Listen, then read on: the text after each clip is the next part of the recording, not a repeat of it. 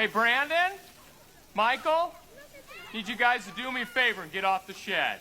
Hey, guys, I mean it. Let's get off the shed. Get off the shed! Get off the damn shed!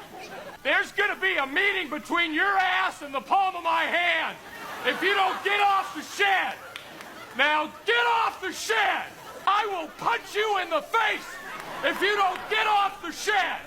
Now get off the shed!